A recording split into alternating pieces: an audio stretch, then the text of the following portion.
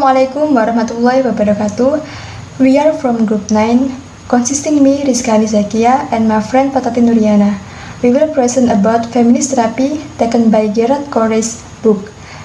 Content: first, biography and introduction, history and development. Second, key concept. Third, the therapeutic process. And fourth, application, therapeutic techniques and procedure. The first material will be described by Fatati Nuriana. First, I will explain about biography and introduction. The biography of the first character is Jane Baker Miller, MD. She was born in the year 1928 and died in the year 2006. Jadi, biografi tokoh yang pertama dalam feminist terapi itu ada Jane Baker Miller, MD, yang mana dia merupakan kelahiran tahun 1928 dan meninggal pada tahun 2006. Was a clinical professor of psychiatry at Boston University School of Medicine and director of the Jane Baker Miller Training Institute at the Stone Center, Wellesley College. Jadi, Jane Baker Miller adalah seorang profesor klinis psikiatris di Fakultas Kedokteran Universitas Boston dan menjadi Direktur Institut Pelatihan Jane Baker Miller di Stone Center Perguruan Tinggi Wellesley. Dr. Miller collaborated with diverse groups of scholars and colleagues on the development of relation cultural theory. She made important contributions toward expanding this theory and exploring new applications to complex issues and psychotherapy and beyond, including issues of diversity, social action, and workplace change. Jane Baker Miller berkolaborasi dengan beragam kelompok sarjana dan kolega dalam pengembangan teori relasional budaya. Dia memberikan kontribusi penting untuk mengembangkan teori feminis dan mengeksplorasi aplikasi baru untuk masalah kompleks dalam psikoterapi dan seterusnya, termasuk masalah keragaman, tindakan sosial, dan perubahan tempat kerja. Nah, jadi Jane Baker Miller ini dalam terapi feminis itu berkontribusi dalam mengembangkan relasional budaya dan mencari tindakan baru untuk pengaplikasian dalam persoalan mengenai psikoterapi yang meliputi masalah keragaman, tindakan sosial, dan perubahan di tempat kerja. The biography of the second character is Carol Zerby-Innes, PhD. Jadi biografi tokoh yang kedua adalah Carol Zerby-Innes, PhD. Caroline Zerby-Innes, PhD, is Professor of Psychology and participant in the Women's Studies and Ethnic Studies programs at Cornell College in Mt. Vernon, Iowa. Nah, Caroline Zerby-Innes ini adalah seorang profesor psikologi dan peserta program studi wanita dari studi etnis di Perguruan Tinggi Cornell di Mt. Iowa. She devotes much of her work to exploring the profound impact feminist theory has on the manner in which therapists implement therapeutic practice, and she discussed this impact in feminist theories and feminist psychotherapies, organs, themes, and diversity. Jadi, Caroline atau yang biasa dikenal dengan Dr. Innes ini mencurahkan sebagian besar karyanya untuk mengeksplorasi dampak mendalam teori feminis terhadap cara terapis dalam menerapkan praktek terapeutik. Dan dia juga membahas dampak terapi ini itu dalam bukunya, yaitu Teori Feminis dan Psikoterapi Feminis, yang yaitu asal-usul, tema, dan keberagaman. Dr. Innes was one of three co-chairs with Roberta Knott and Joy Rees of the task force that developed APA's in 2007 guidelines for psychological practice with girls and women. Her most recent efforts are directed toward articulating the importance of multicultural feminist therapy, exploring the practice of feminist therapy around the world, especially in Japan, and writing about multicultural feminist pedagogy. Dr. Innes adalah salah satu dari 3 ketua bersama dengan Roberta Knott dan Joy Rees dari gugus tugas yang mengembangkan pedoman praktik psikologis dengan anak perempuan dan perempuan pada APA di tahun 2007. Nah, upaya terbarunya diarahkan untuk mengartikulasikan pentingnya terapi feminis multikultural, mengeksplorasi praktek terhadap feminis di seluruh dunia, terutama di Jepang, dan menulis tentang pedagogi feminis multikultural. Nah, jadi Dr. Ens ini berkontribusi dalam feminis terapi itu sejak dia mendapat gelar sarjana PhD di bidang psikologi di Universitas California. Nah, dia itu mencari tindakan terhadap cara terapis dalam menerapkan praktek terapinya. Kemudian usaha terbaru dari Dr. Ens yaitu dengan mengartikulasikan pentingnya terapi feminis multikultural. Jadi usaha terbaru dari Dr. Ens ini itu mengembangkan kembali konsep feminis multikultural, serta beliau juga menulis buku mengenai pedagogi feminis multikultural.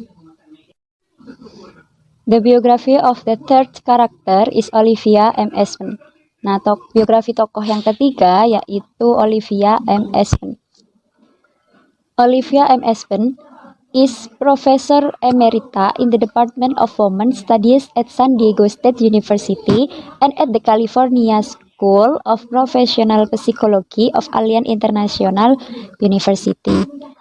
Olivia M. Espen ini adalah seorang profesor emerita di Departemen Wanita yang belajar di Universitas Negeri San Diego dan di Sekolah Psikologi Profesional California dari Universitas Internasional Alliance. A native of Cuba, she did her undergraduate work in psychology at the Universidad de Costa Rica and received her PhD from the University of Florida, specializing in counseling and therapy with women from different cultures and in Latin American studies. Nah, dia ini berasal dari Kuba. Dan dia melakukan pekerjaan sarjana atau menuntaskan sarjananya itu di bidang psikologi di Universitas de Costa Rica dan menerima gelar PhD dari University di Florida. Nah, di situ dia itu mengkhususkan dirinya dalam bidang konseling dan terapi dengan wanita dari latar belakang budaya yang berbeda.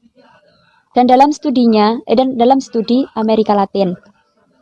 She is pioneer in the theory and practice of feminist therapy with women from different cultural backgrounds and has done extensive research, teaching and training on multicultural issues in psychology. Nah, dia adalah pelopor atau ketua pada teori dan praktek feminist terapi bersama dengan perempuan-perempuan yang berasal dari latar belakang budaya yang berbeda-beda, dan dia juga telah melakukan penelitian, pengajaran, serta pelatihan terhadap masalah-masalah multikultural dalam psikologi. Nah, Olivia M. Espen ini berkontribusi sebagai pelopor pengembangan adanya teori dan praktek terapi feminis. Nah, itu dilakukan oleh Olivia M. Espen itu bersama dengan para perempuan yang berasal dari latar belakang budaya yang berbeda-beda, sehingga dengan latar budaya yang berbeda-beda itu dapat ditemukan suatu masalah-masalah baru yang dapat dipecahkan dalam terapi feminis. The biography of the fourth or the last character is Laura S. Brown. Nah, biografi tokoh yang keempat atau yang terakhir itu adalah Laura S. Brown. Laura is a founding member of the Feminist Therapy Institute, an organization dedicated to the support of advanced practice in feminist therapy, and a member of the theory work group at the National Conference on Education and Training in Feminist Practice. Nah, Laura S. Brown ini adalah salah satu anggota dari pendiri Institut Terapi Feminis, yaitu sebuah organisasi yang didedikasikan atau ditujukan untuk mendukung kegiatan praktek lanjutan mengenai terapi feminis. Dan beliau juga merupakan anggota kelompok kerja teori di konferensi nasional Pendidikan dan Pelatihan Praktek Feminis. Dr. Brown has made particular contribution to thinking about ethics and boundaries and the complexities of ethical practice in small communities. Her current interests include feminist forensic psychology and the application of feminist principle of treatment of trauma survivor. Nah, Dr. Brown ini atau Dr. Laura ini memberikan kontribusi khusus dalam berpikirnya mengenai etika dan batasan serta kompleksitas praktek etika forensik feminis serta penerapan prinsip feminis untuk pengobatan korban trauma. Nah, jadi Dr. Brown atau Dr. Laura ini, beliau itu berkontribusi pada terapi feminis itu pada bidang etika atau batasan yang ada. Selain itu, dia itu juga menerapkan beberapa prinsip-prinsip feminis untuk mengobati atau menyembuhkan trauma yang diderita oleh klien terhadap feminisme. And the next I will explain about introduction of feminist therapy. Nah, feminist therapy puts intersections of gender, social location, and power at the core of the therapeutic process. Feminist therapy is built of the premise that it is essential to consider the social, cultural, and political context that contributes to a person's problems in order to understand that person. The translate is, terapi feminis menempatkan persimpangan gender, lokasi sosial, dan kekuatan atau kekuasaan sebagai inti dari proses terapi. Nah, terapi feminis itu dibangun atas premis bahwa penting untuk mempertimbangkan konteks sosial, budaya, serta politik yang berkontribusi pada masalah seseorang untuk memahami orang tersebut. A central concept in feminist therapy is the importance of understanding and acknowledging the psychological operation of women and the constraints imposed by the socio-political status to which women have been relegated. The translate is konsep sentral atau konsep utama dalam terapi feminis itu adalah pentingnya memahami dan mengakui adanya penindasan psikologis perempuan dan kendala yang dipaksakan oleh status sosial politik di mana perempuan itu telah direndahkan. Feminist therapists have challenged male-oriented assumption regarding what constitutes a mentally healthy individual.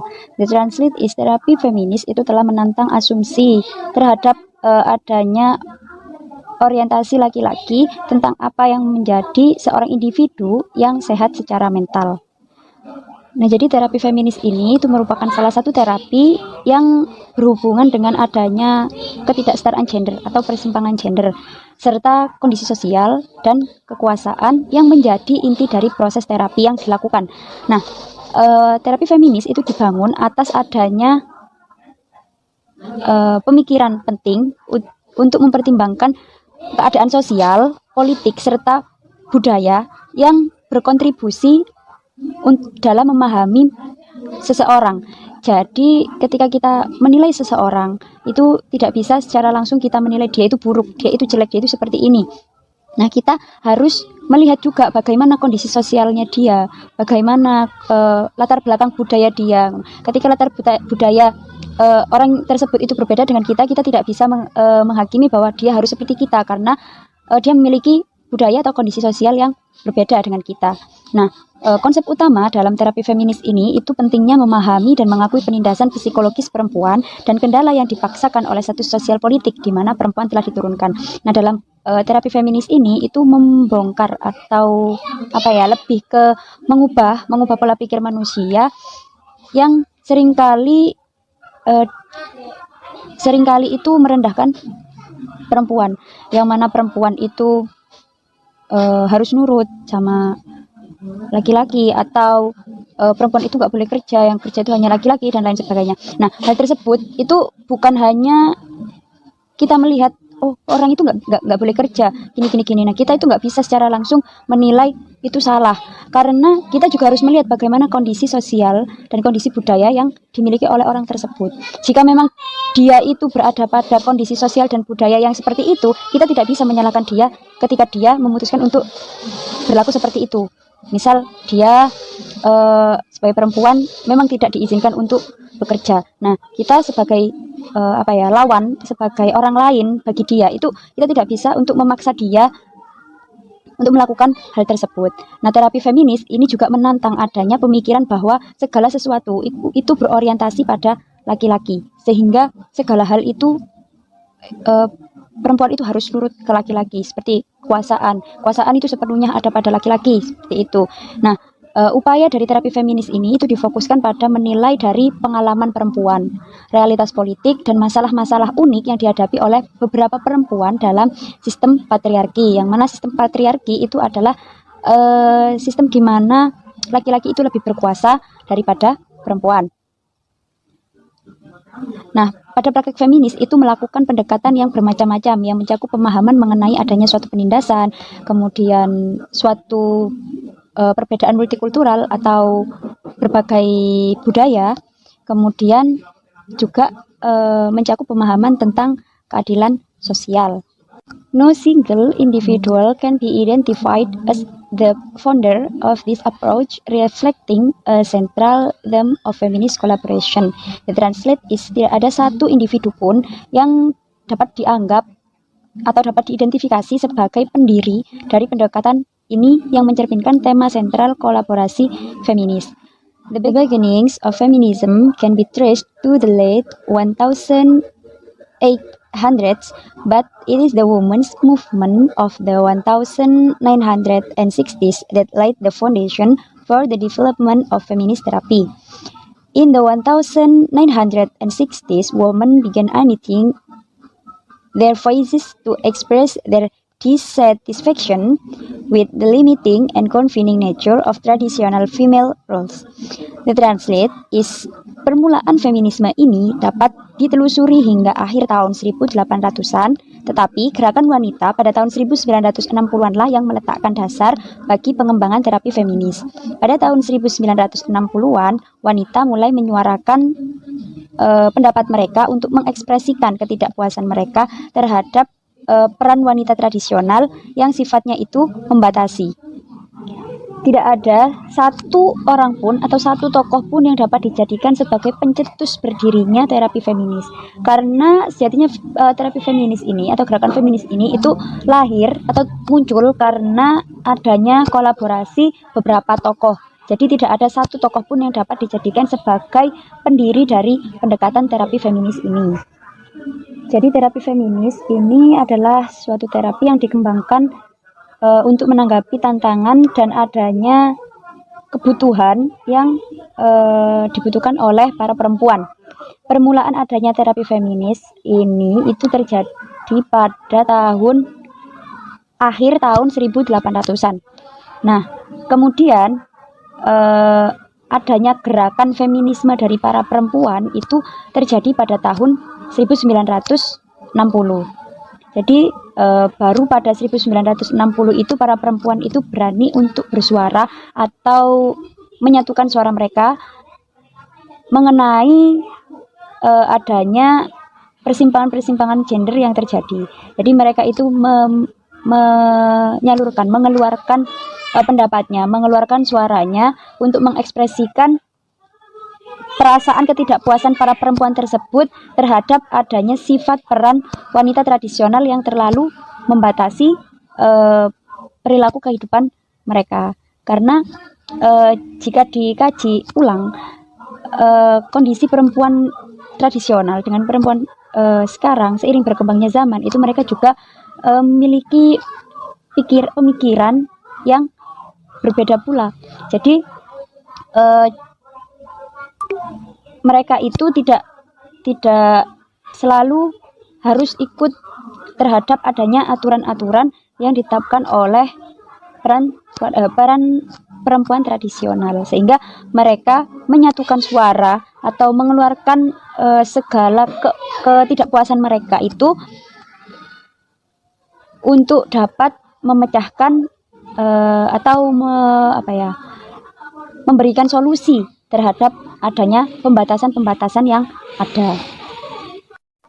By the 1960s, feminist group therapy had changed dramatically, becoming more diverse as it focused increasingly on specific problems and issues such as body image, abusive relationship, eating disorders, incest, and other form of sexual abuse. The translate is, pada tahun 1980, terapi kelompok feminis itu berubah secara dramatis menjadi lebih beragam karena semakin berfokus pada masalah-masalah atau isu-isu tertentu. Di antaranya yaitu seperti citra tubuh, hubungan yang kasar, gangguan makan, incest, dan bentuk-bentuk pelecehan seksual lainnya yang terjadi pada perempuan. INS identifies for enduring feminist philosophies, which are often described as the second wave of feminism: liberal, cultural, radical, and socialist feminism. These philosophies all advocate social activism and changing society as goals in feminist practice. The translate is aims mengidentifikasi 4 filosofi feminis yang bertahan lama, yang sering digambarkan sebagai feminis gelombang kedua, yaitu ada feminis liberal, budaya, radikal, dan feminis sosial. Nah, semua filosofi ini itu mendukung adanya aktivisme sosial atau gerakan sosial serta mengubah masyarakat sebagai tujuan dalam proses pelaksanaan terapi feminis. Nah, jika tadi pada tahun 1980 itu para wanita mulai menyuarakan suaranya atau pendapatnya untuk memperjuangkan keinginan mereka dan berkumpul untuk mengutarakan pengalaman mereka yang menjadi masalah bagi perempuan. Nah, setelah itu pada tahun 1980-an, terapi kelompok feminis itu tadi berkembang atau berubah secara dramatis, yang perubahannya itu menjadi lebih beragam karena sudah difokuskan pada masalah-masalah atau isu yang semakin spesifik yang terjadi pada perempuan. Di antaranya itu seperti masalah body image, kemudian hubungan yang salah, kemudian gangguan makan, incest, dan kekerasan seksual lainnya yang terjadi pada perempuan. Nah, kemudian Dr. Ains itu menyampaikan 4 filosofi feminisme yang bertahan lama. Nah, 4 filosofi itu biasa disebut dengan gelombang kedua atau feminis gelombang kedua, yang mana dalam feminis gelombang kedua yang disebutkan oleh Dr. Ains ini diantaranya yaitu yang pertama ada feminis liberal, kemudian feminis budaya, ketiga itu feminis sosial, ketiga itu feminis radikal, dan yang keempat itu adalah feminis sosial. The first, liberal feminist. The major goals of therapy include personal empowerment of individual women, dignity, self-fulfillment, shared power in decision making in relationship, and equality. The translate is, yang pertama feminis liberal, yang bertujuan utama untuk pemberdayaan pribadi perempuan individu, martabat, pemenuhan diri, kekuasaan bersama, dan pengambilan keputusan dalam suatu kesetaraan. Nah, jadi feminis liberal ini fokus pada membantu perempuan dalam mengatasi batas-batas dan kendala yang terjadi pada peran gender. Nah, feminis liberal ini berfokus pada membantu perempuan-perempuan dalam mengatasi batas-batas dan kendala yang terdapat pada peran gender tradisional. Nah, feminis liberal ini berusaha untuk mentransformasi peran gender tradisional agar antara perempuan dan laki-laki itu mempunyai kesempatan yang sama, sehingga dalam hal ini pada feminis liberal itu lebih mengutamakan kesetaraan atau kesamaan yang terjadi antara laki-laki dan perempuan, sehingga dapat terlepas dari konsep peran gender tradisional yang ada. Nah, tujuan utama dari feminis liberal ini adalah untuk memberdayakan perempuan, kemudian meningkatkan martabat perempuan, dan meningkatkan kepuasan diri perempuan, yang mana laki-laki dan perempuan itu berbagi kekuasaan dalam mengambil keputusan dalam hubungan dan kesetaraan. Jadi tujuannya itu untuk menyetarakan antara perempuan dan laki-laki dari peran gender tradisional. The second, cultural feminism. The major goal of therapy is social transformation through the infusion of feminine values such as cooperation, altruism, and connectedness into the culture. Translate is bagi feminis budaya, tujuan utamanya itu adalah transformasi sosial. Nah, transformasi sosial ini melalui penanaman nilai-nilai feminin seperti kerjasama, altruisme, dan keterhubungan yang dimasukkan ke dalam konsep budaya. Nah, jadi feminis budaya itu mempercayai adanya penindasan yang berasal dari rendahnya nilai masyarakat terhadap kemampuan, kemudian nilai-nilai dan peran perempuan. Jadi bagaimana kemampuan atau peran perempuan di masyarakat itu dinilai rendah dalam suatu budaya. Nah, kemudian feminis budaya ini percaya untuk menghilangkan suatu kekerasan atau penindasan yang terjadi pada perempuan itu harus dilakukan adanya feminisasi budaya, atau dengan kata lain yaitu melakukan transformasi nilai-nilai feminis ke dalam budaya seperti kerjasama, altruisme, dan keterhubungan, sehingga wanita di situ memiliki peran untuk bersuara. The third, radical feminist. The major goals are to transform gender relationship, transform societal institutions, and increase women's sexual and procreative self-determination. Nah, the translate is yang ketiga itu ada feminis radikal yang bertujuan untuk mengubah hubungan gender, mengubah institusi masyarakat, dan meningkatkan penentuan nasib sendiri secara seksual dan prokreasi perempuan. Jadi pada feminis radikal ini itu menyatakan bahwa penindasan yang terjadi pada perempuan itu ada pada diterapkannya sistem patriarki, yaitu sistem dalam suatu masyarakat yang menyatakan bahwa laki-laki atau ayah sebagai kepala keluarga atau setiap laki-laki itu merupakan pusat kuasa, jadi yang memiliki kekuasaan. Nah, dengan adanya feminis radikal ini berusaha untuk mengubah masyarakat melalui aktivisme atau gerakan kemasyarakatan dan menyamakan kekuasaan antara laki-laki dan perempuan. Nah, namun mereka itu menantang terhadap adanya pandangan bahwa perempuan itu tidak bisa berkuasa. Jadi feminis ini menantang adanya hal tersebut. Bukan hanya laki-laki yang bisa berkuasa, namun perempuan itu juga bisa berkuasa. Tujuannya dari feminis radikal ini adalah mengubah hubungan gender, mengubah pandangan lembaga-lembaga sosial terhadap kekuasaan perempuan, atau merubah pandangan masyarakat sosial secara umum, serta meningkatkan peran perempuan dan dengan kreatif mendukung perempuan untuk menentukan nasibnya sendiri. Jadi di sini perempuan itu tidak terkekang oleh aturan-aturan dari para laki-laki yang dianggap berkuasa. The last is social feminism.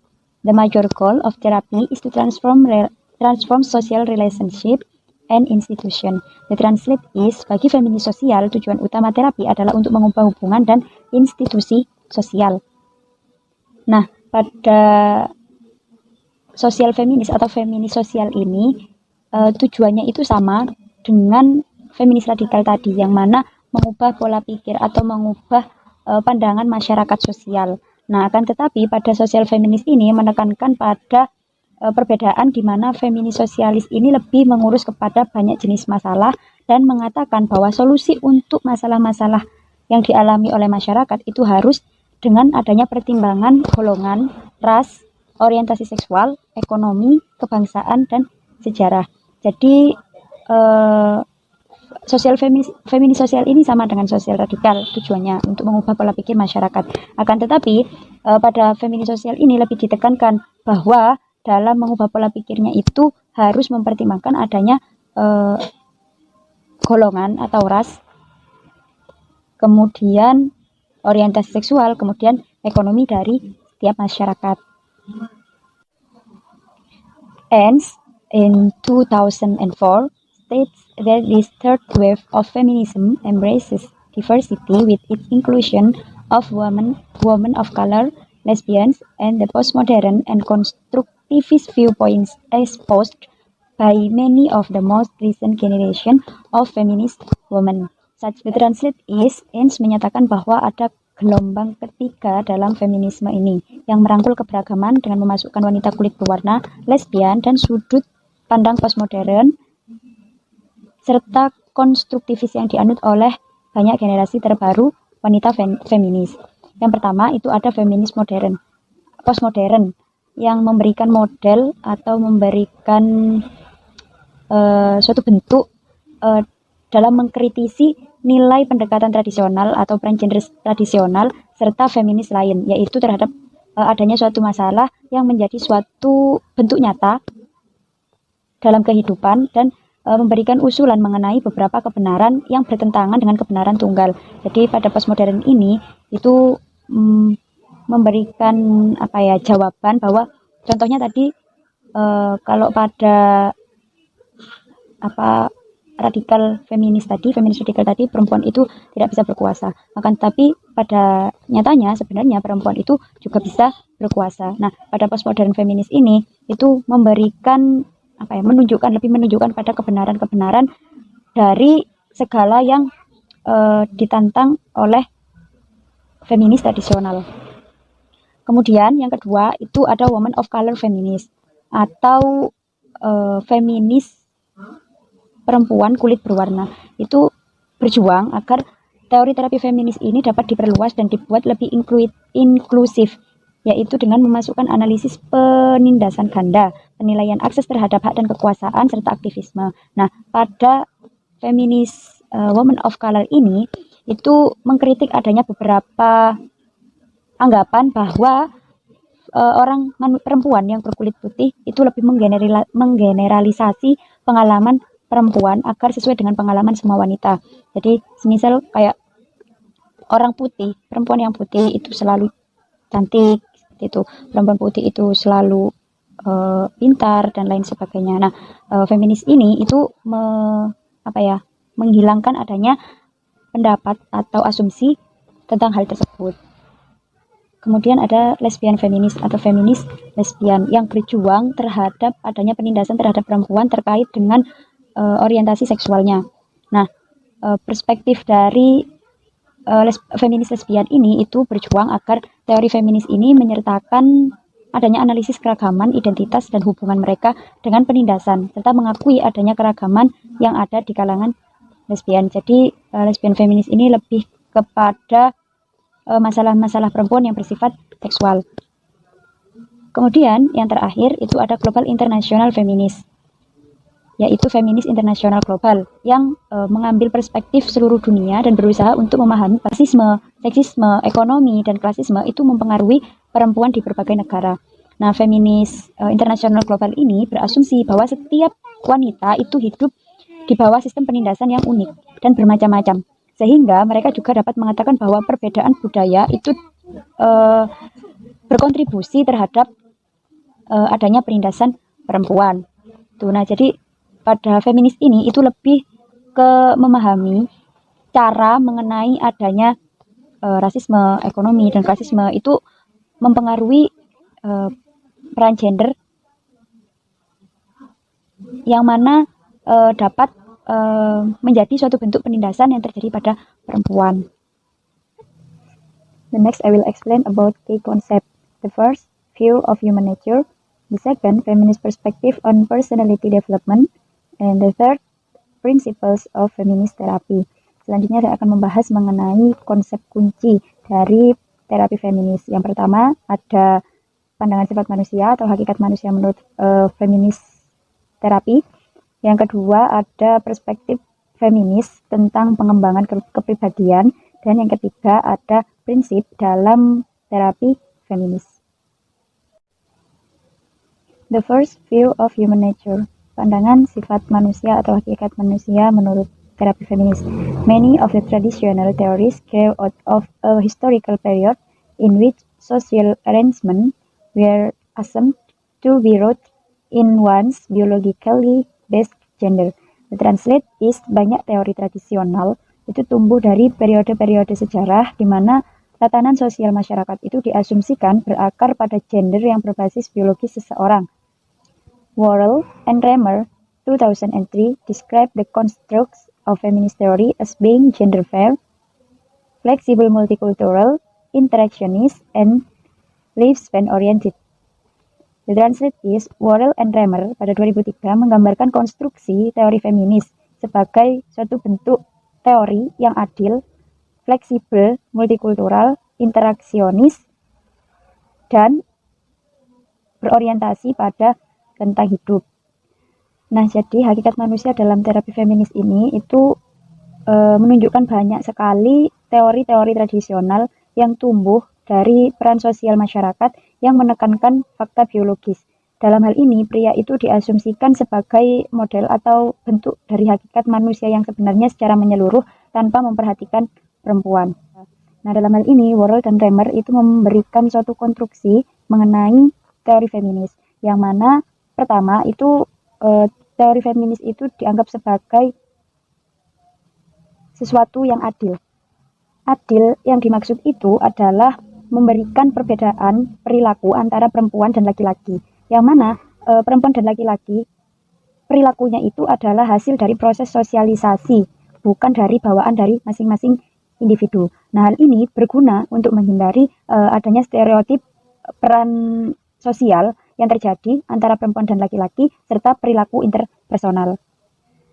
Kemudian yang kedua itu ada perspektif fleksibel multikultural, yang mana hal ini itu menggunakan konsep dan strategi yang sama untuk semua individu atau kelompok, baik laki-laki maupun perempuan, tanpa memandang usia, tanpa memandang ras, tanpa memandang budaya, tanpa memandang gender, tanpa memandang kemampuan, kelas atau golongan, serta orientasi seksual.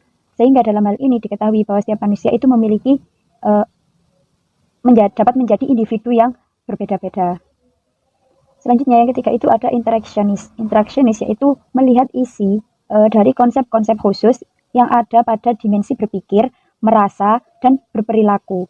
Nah, hal itu diambil dari pengalaman-pengalaman manusia, baik laki-laki maupun perempuan, dengan mempertimbangkan faktor-faktor kontekstual dan lingkungan mereka.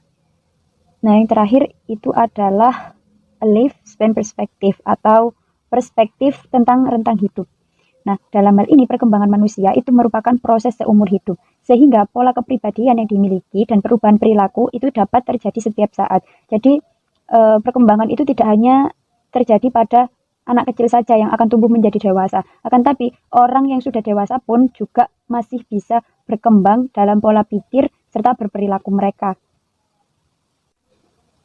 The second of key concept in feminist therapy is feminist perspective on personality development, yaitu perspektif feminis tentang pengembangan kepribadian.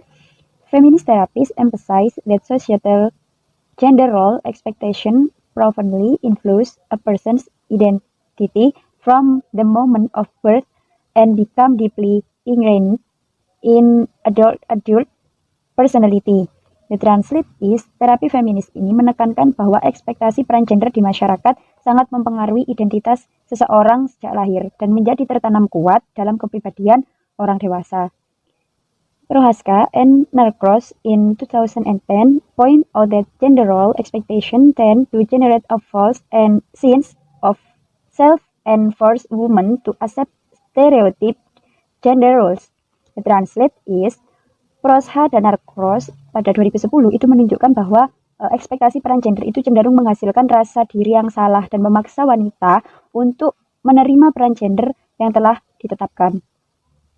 Feminist therapists remind us that traditional gender stereotypes of women are still prevalent in cultures throughout the world.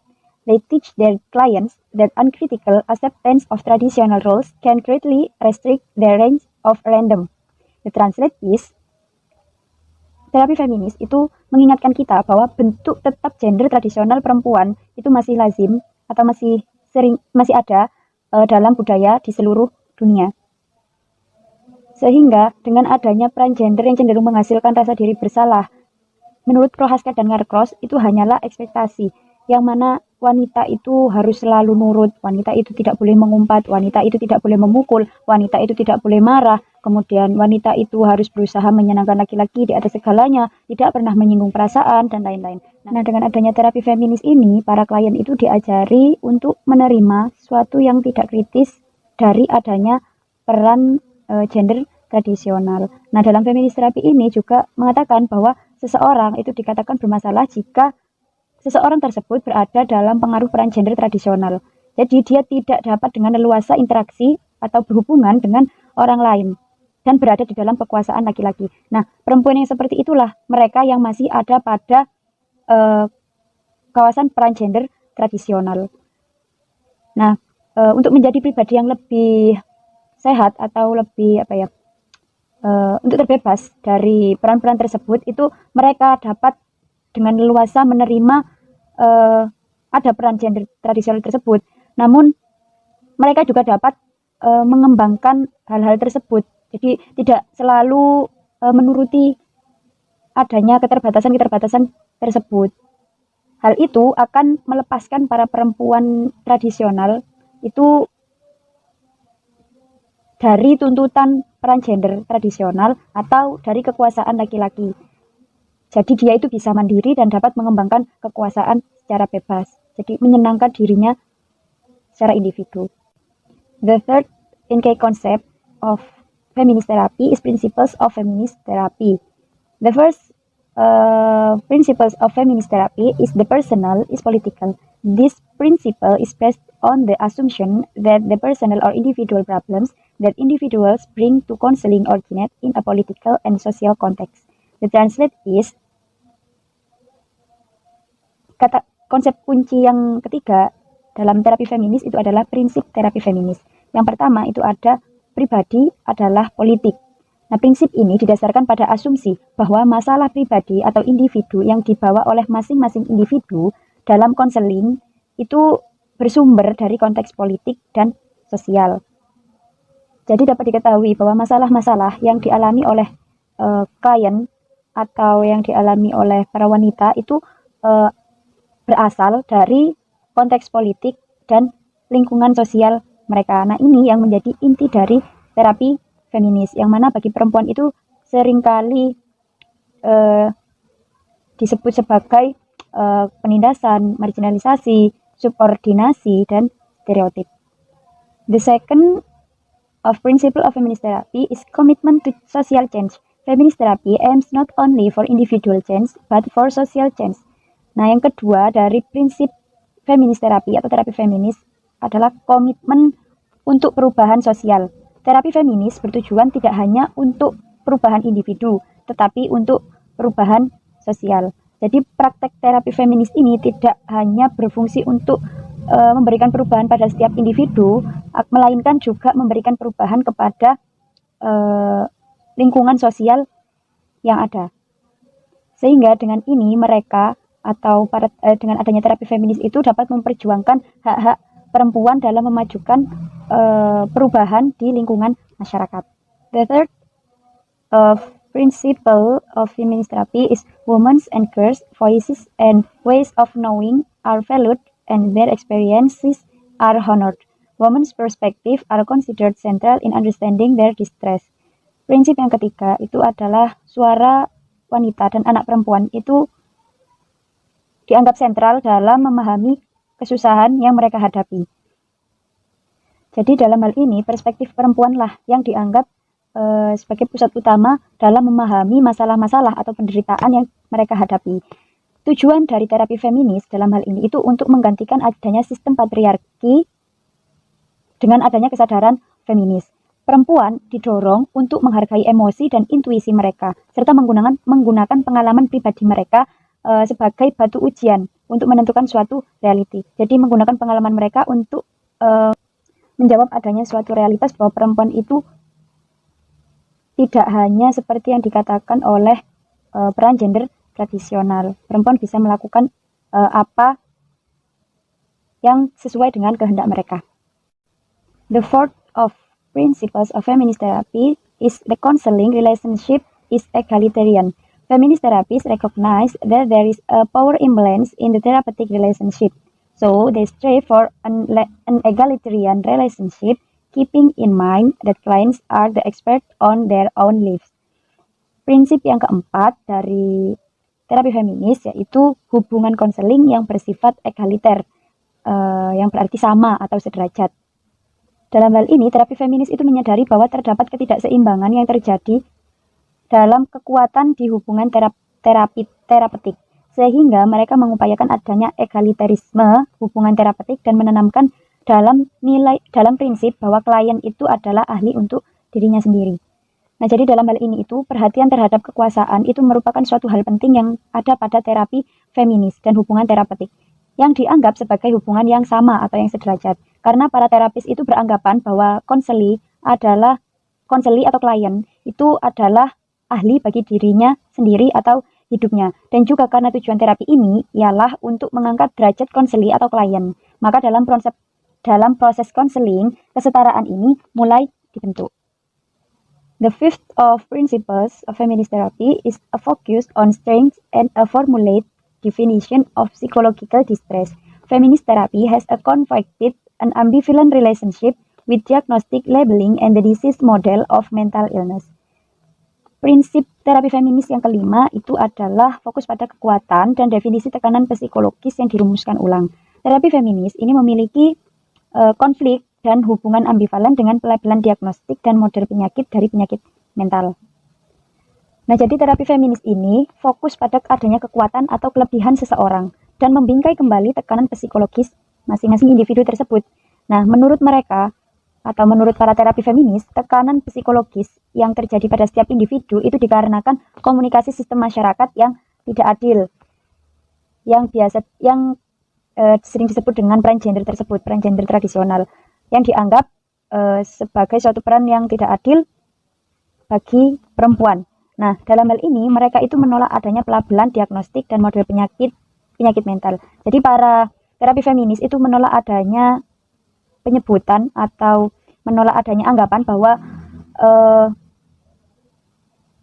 orang yang membutuhkan terapi feminis ini itu berasal atau timbul dari komunikasi yang dianggap tidak adil di masyarakat. Jadi bukan termasuk penyakit mental. The sixth or the last principles of feminist therapy is all types of oppression are recognized.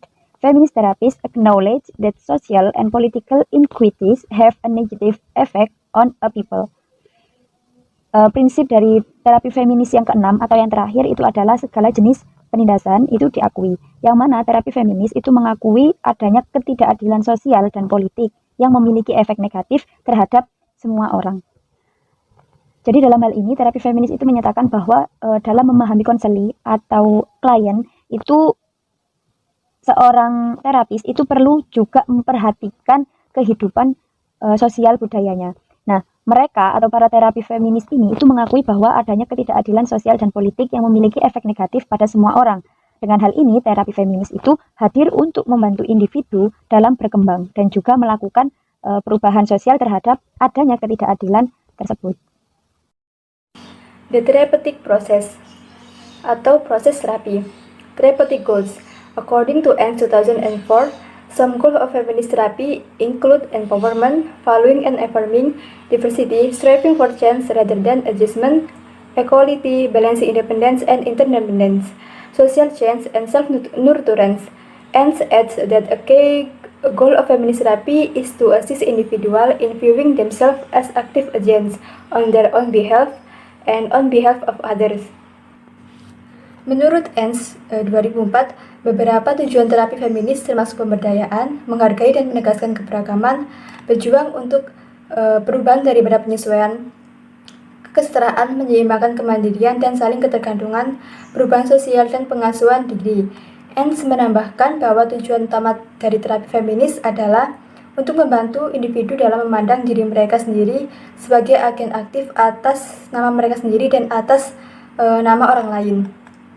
Nah, melalui ini, kalian dapat membebaskan diri dari kendala sosialisasi peran gender mereka untuk menantang penindasan institusional yang sedang berlangsung. Nah, menurut Worrell dan Remer, terapis feminis ini dapat membantu klien. Yang pertama yaitu sadar akan proses sosialisasi peran gender mereka sendiri. Yang kedua, identifikasi pesan internal mereka dan menggantikan dengan keyakinan yang lebih meningkatkan diri. Yang ketiga, memahami bagaimana keyakinan dan praktik masyarakat yang seksis dan opresif mempengaruhi mereka dengan cara yang negatif. Nah, yang keempat, memperoleh keterampilan untuk mengubah lingkungan. Nah, yang kelima, merestrukturisasi institusi untuk membebaskan mereka dari praktik diskriminatif. Yang keenam, mengembangkan berbagai perilaku yang dipilih secara bebas. Nah, yang ketujuh, dapat mengevaluasi dampak faktor sosial terhadap kehidupan mereka. Yang delapan, mengembangkan rasa kekuatan pribadi dan juga kekuatan sosial. Nah, yang kesembilan, mengenali kekuatan hubungan. Dan yang ke-10, mempercayai bahwa pengalaman dan intuisi mereka sendiri. Therapist function and role. Feminist therapy rests on a set of philosophical assumptions that can be applied to various theoretical orientation.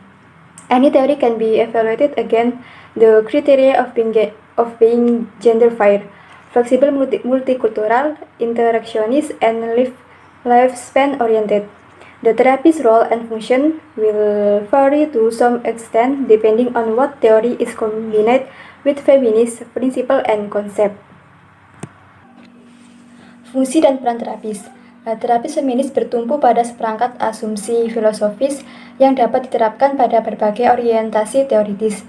Setiap teori dapat dievaluasi berdasarkan kriteria keadilan gender, multikultural yang fleksibel, interaksionis, dan berorientasi pada umur. Peran dan fungsi terapis akan bervariasi sampai batas tertentu tergantung pada teori apa yang digabungkan dengan prinsip dan konsep feminis. Nah, feminis berbagi kesamaan dengan terapis Adlerian dan penekanan mereka pada kesetaraan sosial dan minat sosial, dan dengan terapis eksistensial yang menekankan terapi sebagai perjalanan bersama yang mengubah hidup untuk klien dan terapis, dan dengan kepercayaan dasar mereka pada kemampuan klien untuk bergerak maju dengan cara yang positif dan konstruktif. Nah, terapis feminis ini percaya bahwa hubungan terapeutik harus menjadi hubungan antara orang ke orang atau person to person, dan mereka bertujuan untuk memberdayakan klien untuk hidup sesuai dengan nilai-nilai mereka sendiri. Nah, seperti terapis yang berpusat pada orang, terapis feminis ini menunjukkan keaslian mereka dan berusaha untuk saling empati antara klien dan juga terapis. Nah, beberapa terapis feminis berbagi dengan ahli terapi postmodern, penekanan pada politik dan hubungan kekuasaan dalam proses terapi dan perhatian tentang hubungan kekuasaan di dunia secara umum. Nah, baik pemikiran feminis maupun menegaskan bahwa psikoterapis ini tidak boleh mereplikasi ketidakseimbangan kekuatan masyarakat atau menumbuhkan ketergantungan pada klien. Nah, sebaliknya, terapis dan juga klien mengambil peran aktif dan juga setara, yaitu bekerja sama untuk menentukan suatu tujuan.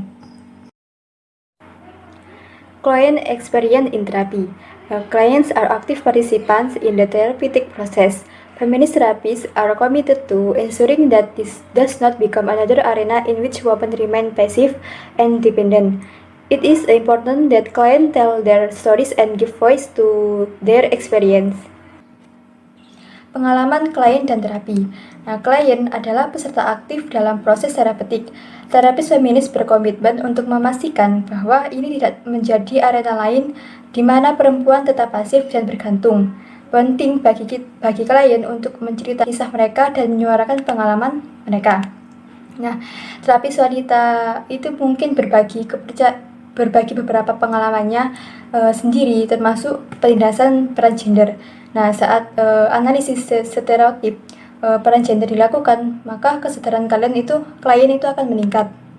Nah, terapis feminis ini tidak hanya membatasi praktik mereka pada klien wanita saja, tapi mereka juga bekerja pada laki-laki, pasangan, keluarga, ataupun anak-anak. Nah, seperti disebutkan sebelumnya, bahwa tujuan utama dari terapis feminis ini adalah pemberdayaan yang melibatkan perolehan rasa penerimaan diri, kepercayaan diri, dan yang lain-lain. Nah, menurut Worrell dan Remer ini menulis bahwa klien itu memperoleh cara baru dalam memandang dunia dan menanggapi dunia mereka.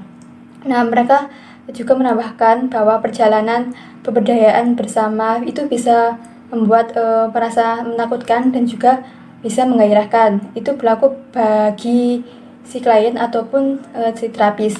Nah, klien itu perlu dipersiapkan untuk perubahan yang besar dalam cara mereka memandang dunia di sekitar mereka, perubahan cara mereka memandang diri mereka sendiri, ataupun mengubah hubungan interpersonal. Relationship between therapist and client. Feminist therapists view the therapeutic relationship as being based on mutuality, equality, and empowerment. Evan Kincaid, Sims 2011. The very structure of the client-therapist relationship models how to identify and use power responsibly. Hubungan antar terapis dan klien. Terapis feminis memandang hubungan terapeutik sebagai didasarkan pada mutualitas, kesetaraan, dan pemberdayaan. Evan Kincaid, SIM 2011. Struktur model hubungan klien terapis, bagaimana mengidentifikasi dan menggunakan kekuasaan secara bertanggung jawab. As mentioned, although there is an inherent power differential in the therapy relationship, feminist therapists work to equalize the power based in the relationship by employing a number of strategies. Thomas, 1977. Seperti yang disebutkan, meskipun ada perbedaan kekuatan yang melekat dalam hubungan terapi, terapi feminis bekerja untuk menyamakan basis kekuatan dalam hubungan tersebut dengan menggunakan sejumlah strategi. Thomas, 1977. First, they are acutely sensitive to ways they might abuse their own power in the relationship. Nah, yang pertama, mereka sangat sensitif terhadap cara mereka mungkin menyalahgunakan kekuatan mereka sendiri dalam hubungan. Nah, seperti dengan mendiagnosis yang tidak perlu, dengan menafsirkan atau memberi nasihat, dengan tetap menyadari, tetap menyendiri di belakang peran ahli, atau dengan mengabaikan dampak ketidakseimbangan kekuatan antara terapis. Second, therapists actively focus on the power their clients have in the therapeutic relationship and make this part of their informed consent process. Yang kedua, terapis secara aktif fokus pada kekuatan klien mereka dalam hubungan terapeutik dan jadikan ini bagian dari proses persetujuan mereka. Nah, terapis ini mendorong klien untuk mengidentifikasi dan mengungkapkan perasaan mereka, untuk menyadari cara mereka melepaskan kekuasaan dalam hubungan dengan orang lain sebagai hasil dari sosialisasi atau sebagai sarana untuk bertahan hidup, dan untuk membuat keputusan dengan pengetahuan ini sebagai dasarnya. Third, feminist therapists work to demystify the counseling relationship by sharing with the client their own perception about what is going on in the relationship. Yang ketiga, terapis feminis bekerja untuk mengungkap hubungan konseling dengan berbagi dengan klien tentang persepsi mereka sendiri tentang apa yang terjadi dalam hubungan tersebut.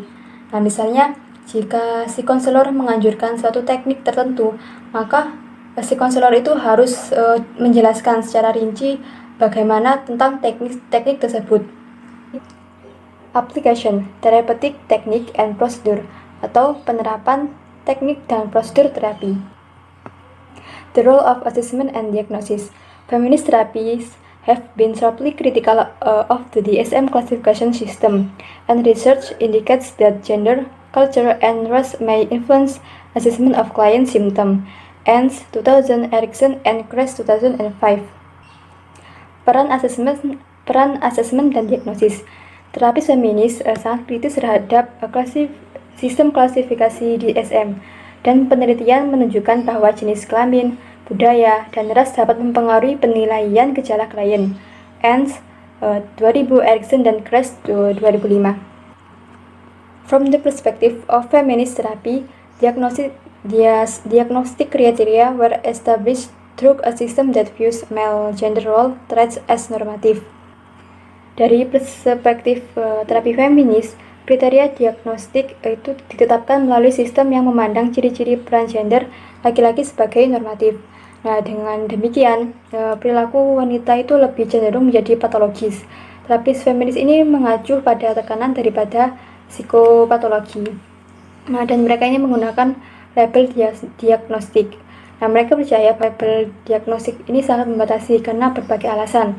Yang pertama yaitu mereka fokus pada gejala individu dan bukan faktor sosial. Yang kedua, mereka sebagian dari sistem yang dikembangkan terutama oleh psikiater laki-laki kulit putih. Nah, mereka ini mungkin mewakili instrumen penindasan. Yang ketiga, gangguan tersebut yaitu terutama gangguan kepribadian dapat memperkuat stereotip peran gender dan mendorong penyesuaian terhadap norma status. Nah, yang keempat, mereka mungkin mencerminkan penerapan kekuasaan yang tidak tepat dalam hubungan terapeutik. Ya, yang kelima, mereka dapat menyebabkan penekanan berlebihan pada solusi individu daripada perubahan sosial. Dan yang keenam, mereka itu berpotensi untuk merendahkan klien melalui label. The feminist approach emphasizes the importance of considering the gender normative context of men and women's life and points out that many symptoms can be understood as coping or survival strategies rather than as evidence of pathology. Peter 2008, Worrell and Remer 2003. Pendekatan feminis ini menekankan pentingnya mempertimbangkan konteks normatif gender dari kehidupan pria dan wanita dan menunjukkan bahwa banyak gejala dapat dipahami sebagai strategi coping atau bertahan hidup daripada sebagai bukti patologi. Peter 2008, Worrell dan Remer 2003. Techniques and strategies. Feminist therapy does not prescribe any particular set of intervention. Rather, feminist therapists tailor intervention to client strength with the goal of empowering clients while evoking the feminist consciousness. Brown 2010. Particularly important are consciousness-raising techniques that help women to differentiate between what they have been taught is socially acceptable and what is actually healthy for them. Teknik dan strategi. Terapis feminis tidak meresepkan rangkaian intervensi tertentu. Sebaliknya, terapis feminis menyesuaikan intervensi dengan kekuatan klien dengan tujuan memberdayakan klien sambil membangkitkan kesadaran feminis mereka. Brown 2010. Yang paling penting adalah teknik peningkatan kesadaran yang membantu wanita untuk membedakan antara apa yang telah diajarkan kepada mereka dan diterima atau diinginkan secara sosial dan apa yang sebenarnya sehat bagi mereka. Di sini ada contoh kasus yaitu Alma. Dia berusia 22 tahun. Nah, dia datang ke konseling untuk melaporkan kecemasan tentang pekerjaan baru yang dia mulai bulan lalu. Nah, dia menyatakan bahwa dia itu telah bergumul dengan depresi terus-menerus sepanjang hidupnya karena dibully sebagai seorang anak dan penolakan dari orang tuanya. Dia keluar dia diketahui sebagai lesbian pada usia 14 tahun. Nah, Alma ini terus berjuang dengan kehilangan tempat dalam keluarganya. Nah, dia sekarang percaya bahwa keluar adalah kesalahan yang egois dan berusaha menebus kesalahan itu dengan menyembunyikan perasaannya tentang orientasi seksual dan afeksionalnya. Nah, karena pengalaman masa lalu, dia tuh khawatir jika dia mengungkapkan pada rekan kerjanya, perusahaan tersebut akan memecat Alma. Nah, Alma ini berkata, saya ingin memotong rambut saya karena lebih mudah diatur dan saya juga lebih suka memakai pakaian yang dianggap lebih maskulin. Tapi saya khawatir ini akan membuat orang mempertanyakan kewanitaan saya.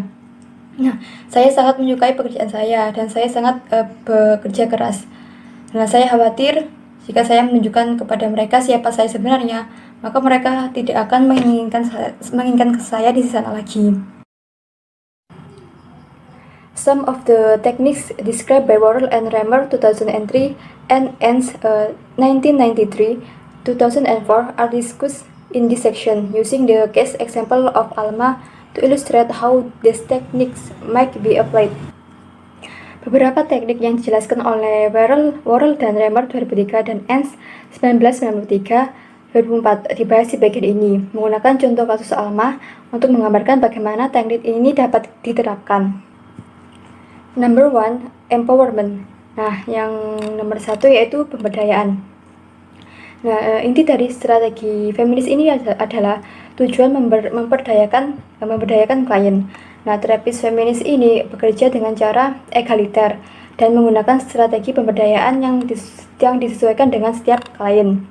Nah, proses terapi feminis ini dimulai dengan proses persetujuan informasi atau bisa disebut dengan persetujuan pemberdayaan. Nah, persetujuan yang diinformasikan ini menawarkan tempat untuk memulai hubungan yang egaliter dan juga kolaboratif dengan menjelaskan bagaimana terapi ini bekerja. Nah, sebagai contoh kasus Alma tadi, di sini bisa mendaftarkan Alma sebagai mitra aktif dalam usaha terapeutik. Nah, di sini Alma itu akan belajar bahwa dialah yang bertanggung jawab atas arahan, waktunya dan juga prosedur terapinya. Number 2, self-disclosure. Nah, yang nomor 2 yaitu pengungkapan diri.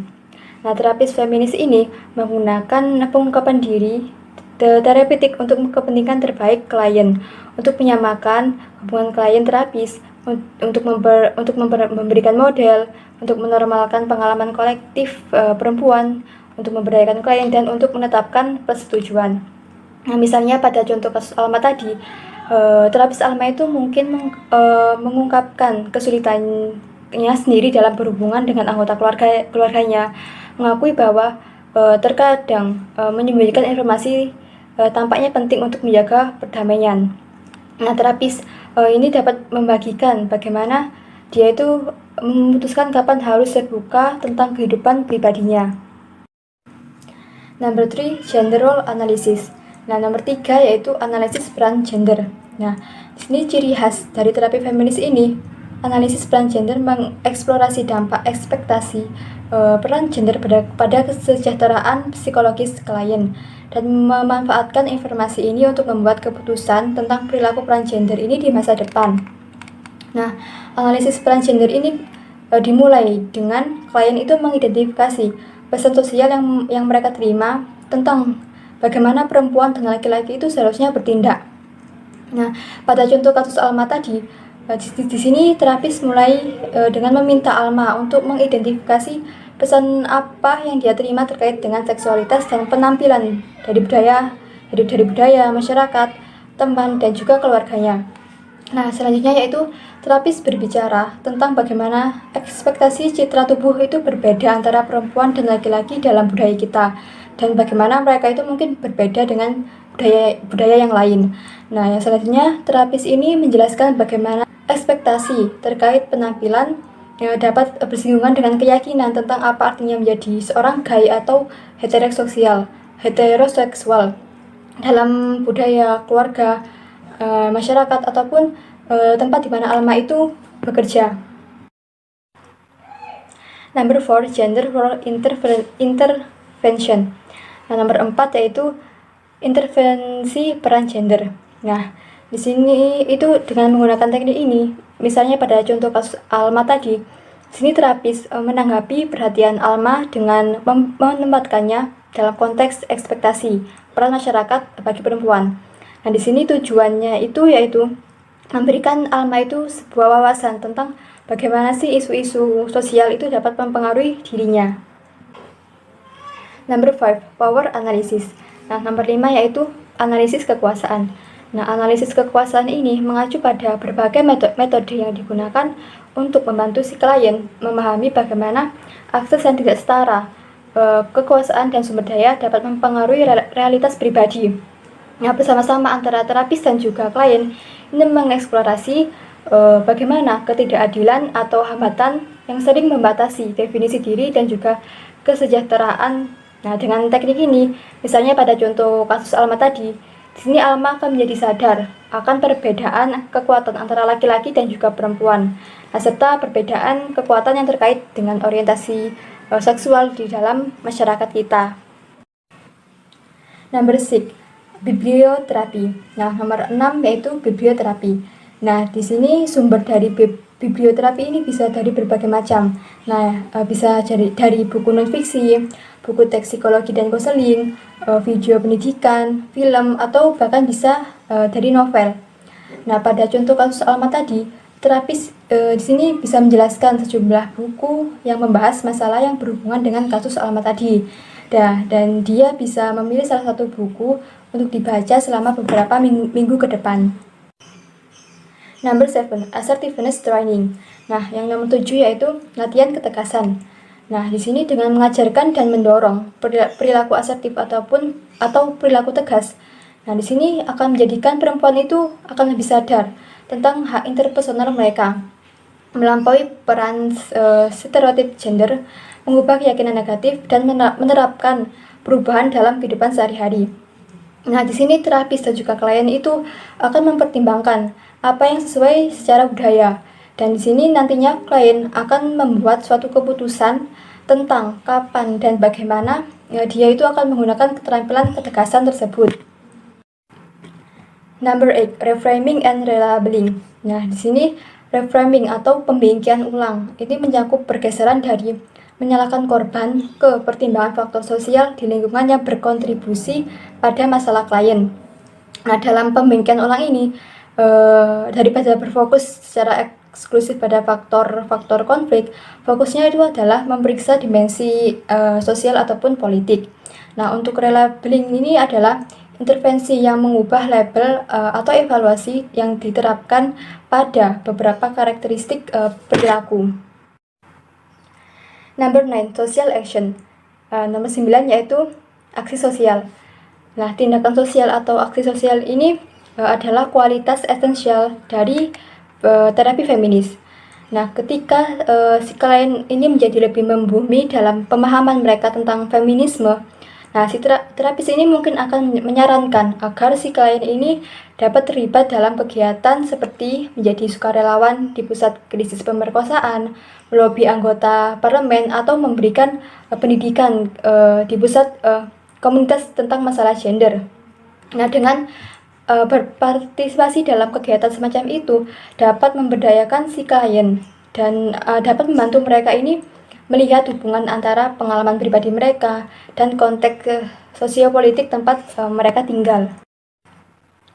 Number 10, group work. Nah, nomor 10 yaitu pekerjaan kelompok. Nah, di sini terapis feminis ini sering mendorong si klien mereka untuk melakukan transisi dari terapi individu ke format kelompok, seperti bergabung dengan suatu kelompok. Nah, kelompok-kelompok ini itu dapat memberikan jaringan sosial, mengurangi perasaan terisolasi, menciptakan lingkungan yang mendorong berbagi pengalaman, dan juga membantu si perempuan itu menyadari bahwa mereka itu tidak sendirian dalam mengalami masalah tersebut. The role of men in feminist therapy. Men can be feminist therapists, and feminist therapy can be practiced with male client. It is an erroneous perception that feminist therapy is conducted only by women and for women, or the feminist therapy is anti-men because it is pro-woman. Hurley and McCollum 2011. The principles and practice of feminist psychotherapy are useful in working with male clients, individuals from diverse racial and cultural backgrounds, and people who are committed to addressing social justice issues in counseling practice. And 2004, Worrell and Remer 2003. Peran pria dalam terapi feminis. Nah, pria dapat menjadi terapis feminis, dan terapi feminis ini dapat dilakukan dengan klien pria. Nah, salah persepsi jika terapi feminis ini dilakukan hanya oleh perempuan dan untuk perempuan. Nah, atau bahwa terapi feminis ini adalah anti laki-laki karena pro perempuan. Hurley and McCollum 2011. Prinsip dan praktik psikoterapi feminis berguna dalam bekerja dengan klien laki-laki, individu dari latar belakang, ras, dan budaya yang beragam, dan orang-orang yang berkomitmen untuk menangani masalah keadilan sosial dalam praktik konseling. Enns 2004, Worrell and Remer 2003. Nah, beberapa terapi feminis ini berguna untuk pria. Nah, terutama dengan pria yang memiliki perilaku yang kasar.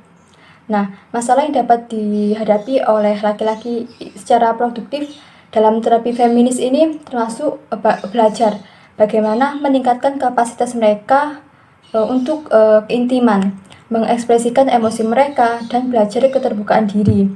Nah, lalu untuk menyeimbangkan pencapaian dan kebutuhan hubungan, menerima kerentanan, dan menciptakan hubungan yang kolaboratif.